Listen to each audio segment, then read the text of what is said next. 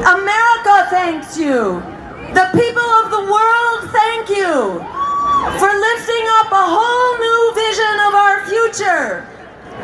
This vision has been brewing in the grassroots for decades. Hillary for president! In the fight to end police violence and for racial justice. In the fight for climate justice and to end environmental racism. In the fight to cancel the pipelines that they have built and that they are trying to build all over this country and all around the world. We say no to all new pipelines. This movement has been brewing in the fight for $15 an hour minimum wage, and it goes up from there. Because if we were adjusting the minimum wage from 1960s to today, if we adjusted according to the productivity of the workforce, we would now have a minimum wage of $20 and more. So we start at 15 and we go up from there. And it's not only a minimum wage, we also need a job to go with that wage. We are calling for the right to a job, a good job for every person in this country. We can do that. It's a basic economic human right. During the Great Depression, we created a New Deal that put millions of people back to work. We are calling now, again, for an emergency Green New Deal. We can end unemployment. We can end the problem of low-wage, part-time, and temporary jobs that the new economy has become. We call for full-time, living wage, high-quality jobs for everyone as a human right. It's not rocket science how to do this. In the same way that we created a New Deal to get us out of the Great Depression, we can create a Green New Deal to end this economic emergency that still prevails at the same time that we end the crisis of the climate. We can fix them both at once. They are both emergencies that we must end now.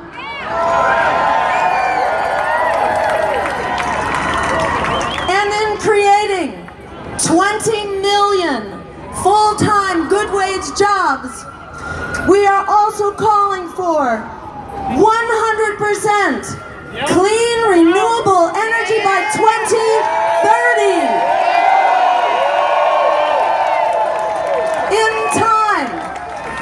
In plenty of time to turn back this crisis of the climate.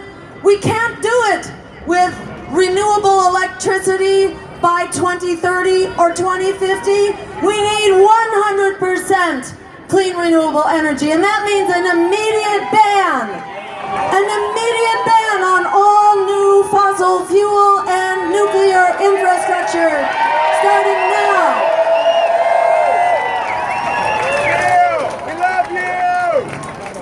And when we move to this green energy system, a healthy, sustainable food system, imagine we could subsidize food that makes us healthy instead of food that's making us sick.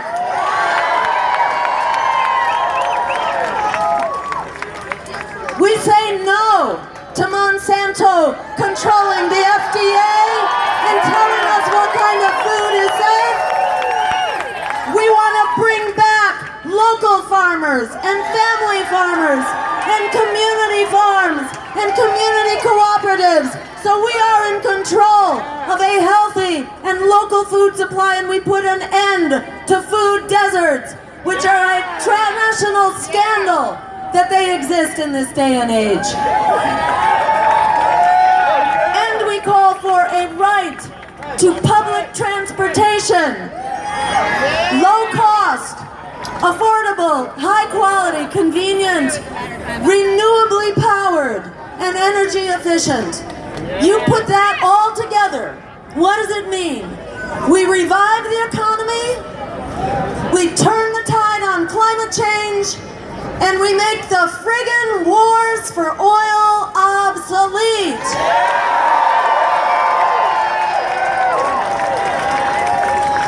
Which is a critical part of this future, this just and sustainable future. Since 2001, since we started these wars on terror, it has cost us $6 trillion, that is $75,000 on average for every American household. What could you have done with $75,000 in your household?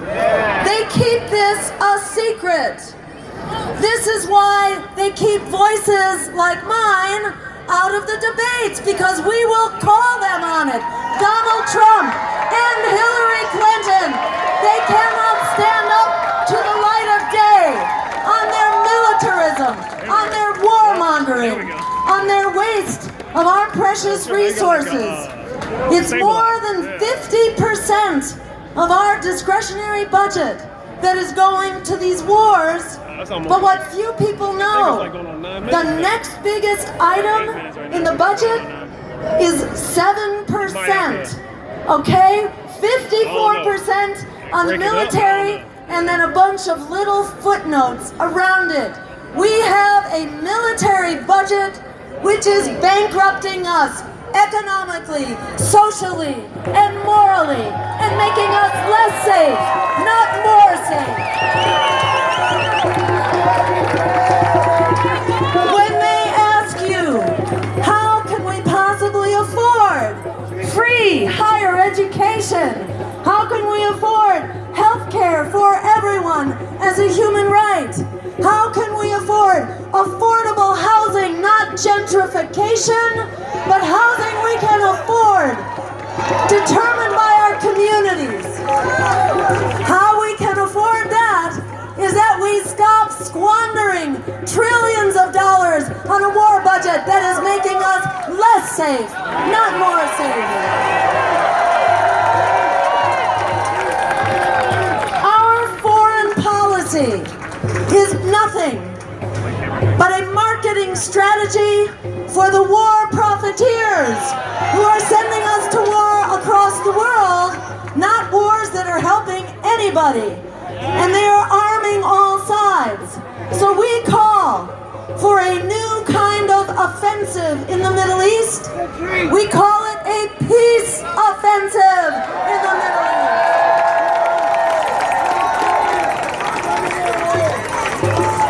We can start an arms embargo, and you know why it's so easy? It's because we're supplying the majority of the arms to everyone. And we can also tell our allies, and tell our own government for that matter, no more funding to terrorist groups. Even if we call them good terrorists today, we cannot simultaneously fight terrorism with one hand, while with the other hand we are funding terrorism, arming terrorism, and training terrorism.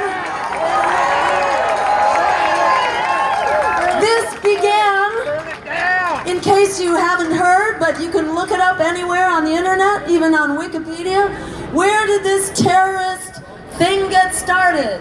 In Afghanistan, that's right, Charlie Wilson's war.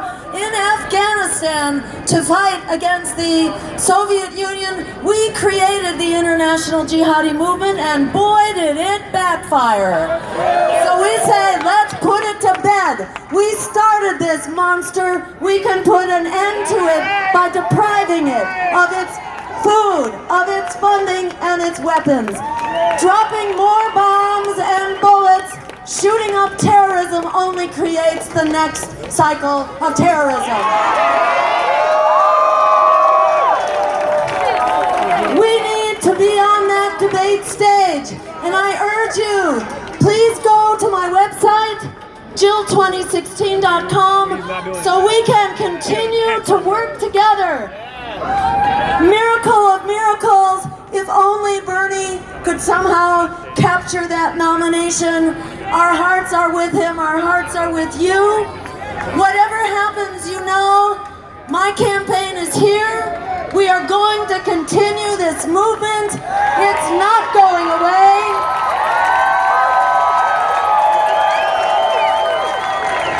After these email revelations of the backstabbing and the sabotage by the DNC, by Hillary's campaign, and the collusion of the corporate media, we cannot leave it in their hands, because it's hard to have a revolutionary campaign inside of a counter-revolutionary political party.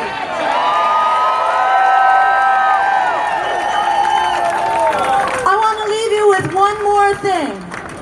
When you look out over what we can do, the political predators tell us, oh, the problems are much too complicated. We could never solve them. We can't both have an economy and jobs and save the planet. You know, that's absolutely false. We cannot have an economy unless we save the planet. But the same is true for every crisis in front of us. How do we put an end to police violence? We change the culture of policing. We demilitarize the police. We create civilian review boards that have the power of subpoena and to hire and fire. And we create a national commission on truth and reconciliation so we can get down to the bottom of this problem, the crisis of racism that has not gone away since the criminal institution of slavery. We call for reparations as a part of this discussion. We must do justice to the African American people and to the Native American people, on whose backs, on whose land, on whose labor, on whose blood, sweat, tears, creativity, vision, this country has been built. We honor the African American and indigenous communities for making what is truly great about America. America's exceptionalism is that we are a diverse nation. We are a nation from all corners of the world where we come together and affirm our common humanity. We are a movement that lifts up that common humanity with so many solutions. One last one I want to leave you with, because when people tell you that we could never possibly make a difference, we're so powerless, you know, we don't count in this discussion. Well, Bernie showed them the truth about that. This agenda of Bernie or bust is the American agenda. It is the agenda of a human family and for the whole world. We do have the power, and one of the ways we have the power right now is by our promise as our first act when we turn the White House into a greenhouse. The very first thing that I will do if I have the honor to serve is to do for a generation of young people what the political pundits and profiteers already did for the crooks on Wall Street. We need to bail out the students holding predatory student loan debt. We do away with that debt. And we make public higher education free, along with health care, along with a welcoming path to citizenship for the immigrants who are at the core of our communities, our economy, and our culture. Where did Donald Trump come from? He came from the economic misery, and it's not just Donald Trump.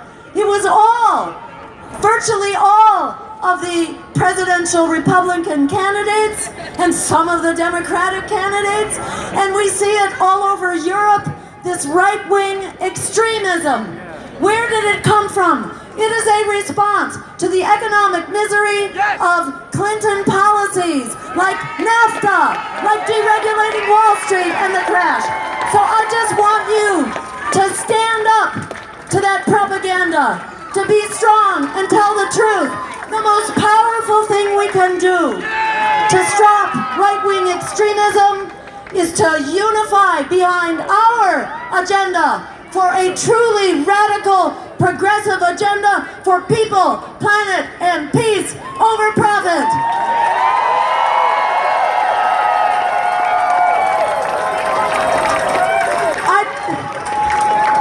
I will end saying this is not the end. This is just the beginning.